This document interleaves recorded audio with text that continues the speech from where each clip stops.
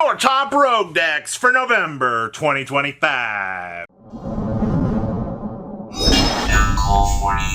Make sure you guys smash living crap out of that Rose Dragon button so you guys don't miss out on more Scott. Honestly, I'm super happy to see that Rose Dragons actually came out and have been doing something, because I love the new Black Garden support. I love the opportunity to get this.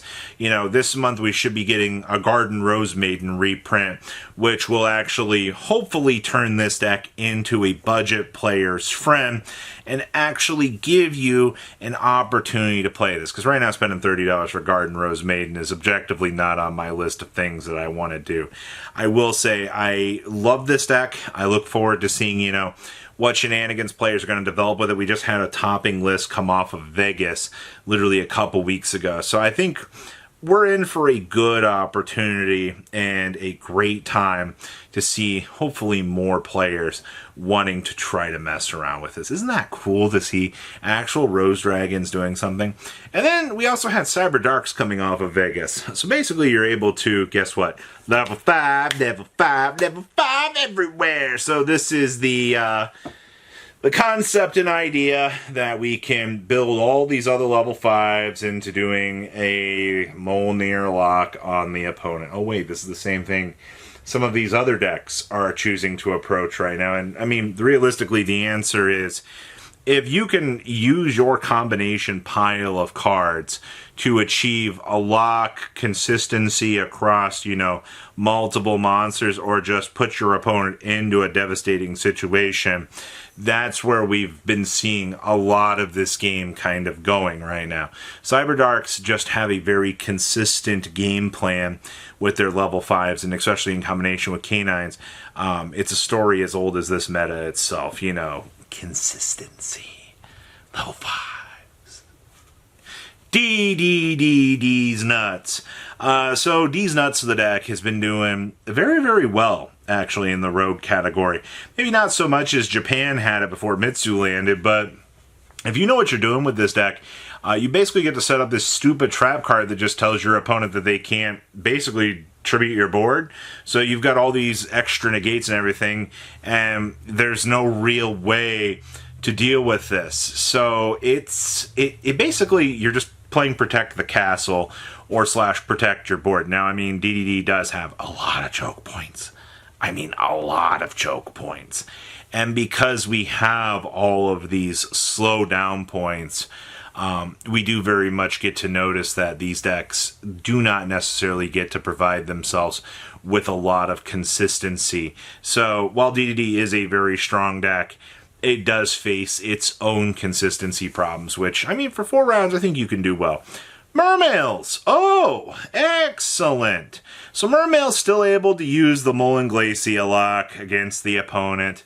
Not lock, you shave 2 cards off your opponent's hand, establish a water barrier statue, offer handshake to your opponent, and tell them to get good. That's fundamentally the story that we've been facing every single week with this deck. And honestly, it's getting, I'm not going to say a little bit old at this point, but it's very apparent to see that Mermail's still doing incredibly ignorant things out here.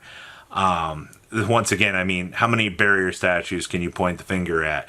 You know, between water and fire, and sometimes earth, I mean, they're just not as consistent as the wind one was. So, you know, we get to see, oh, hey, you know, we can use these grindy pieces to really slow down the opponent and do our job. White Forest actually recently got a regional win, and I think that a lot of this has to do with, you know, reading what you think your opponent is going to have is one of the best ways to play this deck. Now, what do I mean when I say that? It's because cards like Salesman exist. If you are building your deck on the premise of consistently being able to stop a power card from kind of ruining your day, that's what White Forest is supposed to do. You know, you want to make sure that Droll's not going to ruin your day. You want to make sure that we can have, you know, good consistency stops on problem cards for your opponent. And this is just an excellent deck at doing that. Now, obviously, Droll has become a big part of today's format. Again, you're not always going to have that solution, which is where, we run into our issues of, oops, I guess I can't actually do anything about this. Odeon. Odeon came off of its YCS win, and everybody was so hyped for this deck. Odeon is the best thing since sliced bread. And you kind of look around, and where is this deck gone? What happened to it? Odeon is supposed to be this big challenger. It's supposed to be doing very, very well. Well, no, not anymore.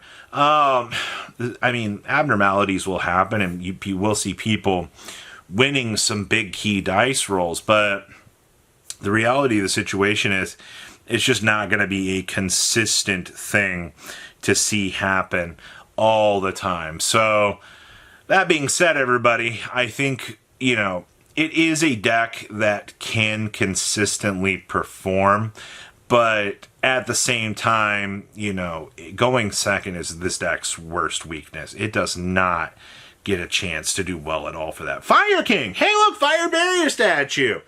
Fire Barrier Statue is just some free added DLC that I've seen that some of these variants have actually been popping off with. And it's not bad at all, actually. But this deck has some really, really good matchups in the meta. Being a deck that can consistently board wipe your opponent can just win you some very, very big advantage fights. And I think that actually can work out very, very well in your favor. You take your victories where you can get them, but it's just this deck, Pot of Extra for the advantage, and just if I do need to access my extra deck, we can tear through problematic cards. Deck does it pretty well, and I actually appreciate that. So kudos to actually seeing Fire King kind of remaining as one of those good rogue challengers. And then, of course, we still have Orcust running around out here. I don't think Orcust has really left us at any stage here, but I think people are just kind of upset with how not consistent this deck feels anymore. When you initially look at the way Orcust tries to play, it relies on a very consistent game of needing to make sure that, we can get up to our Link 4 and be able to steal during the opponent's turn or, have the Crescendo. But the problem is a Crescendo and a steal just sometimes isn't enough to try to win the game or, try to accomplish, the win condition of your deck. Obviously, this deck also kind of suffers from going second syndrome, which is kind of a wild thing because Orcust just has this huge regurgitation of advantage that it can just spit out onto the field. And that's such a wild thing to see. Then we have Gem Knights. Why have we not seen any Gem Knights recently? Oh, because breaking boards right now it's not that breaking boards is a lot harder. It's things like Forbidden Droplet just simply are not good right now. If you're going to look at a board breaker, you're going to call up something like Dark Ruler No More just because it is a more immediate answer to clear things. But Gem Knights have to deal damage. So if Gem Knights can't deal damage, they can't play one of the best board breakers right now to actually try to close out the game. And that's where, we see our first big disadvantage here. If I cannot accomplish my win condition, then my entire game plan just goes, flush it down the toilet. What am I supposed to do? So, it's very problematic when you're looking at that sort of game plan. And then we just got Fiendsmith sitting over here. Honestly, Fiendsmith has not really left us. I think the game plan is still there for Fiendsmith, and we've seen some good Fiendsmith variants running around. It's just, maybe power creep is finally starting to show its age on Fiendsmith. It's not like you can really play this in a pure deck. You have to play it in another combination with something else to accomplish, those much better results that you want to see. That's just the reality of looking at, Fiendsmith as a whole. But what do you guys think about your rogue decks for November here? Please leave a comment down below. Tell me what you guys think, and I'll see your beautiful faces back here in a day, guys. Patrons, thank you.